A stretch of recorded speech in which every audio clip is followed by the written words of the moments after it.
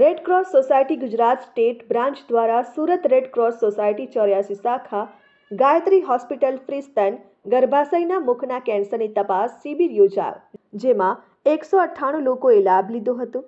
Gujarat red cross સોસાયટીના માનનીય chairman Ajaybhai પટેલના નેતૃત્વ હેઠળ secretary doctor Prakashbhai Parmar, state બ્રાન્ચના માર્ગદર્શન દ્વારા ગુજરાતભરમાં નેશનલ હાઈ સ્પીડ રેલ કોર્પોરેશનના CSR સૌજન્યથી 2500 જેટલા બહેનો માટે સ્તન કેન્સર, ગર્ભાશયના કેન્સર માટે ટેસ્ટ વિના મૂલ્યે કરાયા.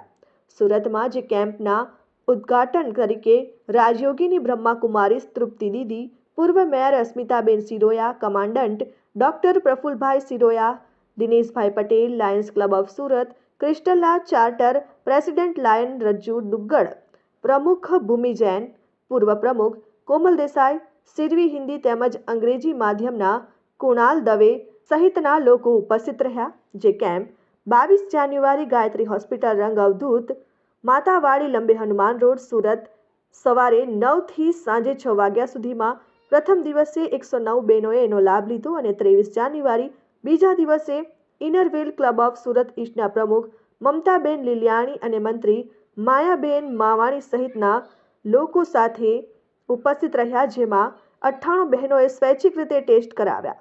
આ પ્રોગ્રામમાં સેવા સહયોગી ડોક્ટર પૂર્વી સિરોયા, ગાયનેક અમદાવાદથી કવિતાબેન અને ટીમ દ્વારા સફળ સેવા અપાઈ હતી.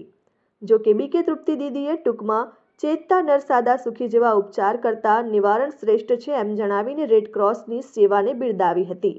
સાથે જ તેમણે ત્વચામાં બળતરા, ડિમ્પલિંગ, સ્તનની ટીંડી અંદરની તરફની વળે છે તેમજ સ્તનની ચામડી, ખંજવાળ, જાડું થવું વિસ્તૃત વિશે માહિતી આપી.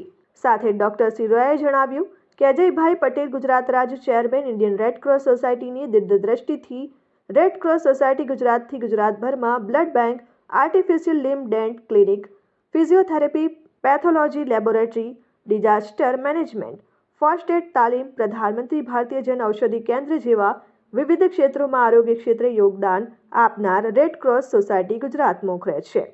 ઉપસ્થિત સર્વ લોકોએ રેડ ક્રોસના માનવતાવાદી કાર્યને બિરદાવ્યું હતું. Jignesh Thakor, RN news, Surat.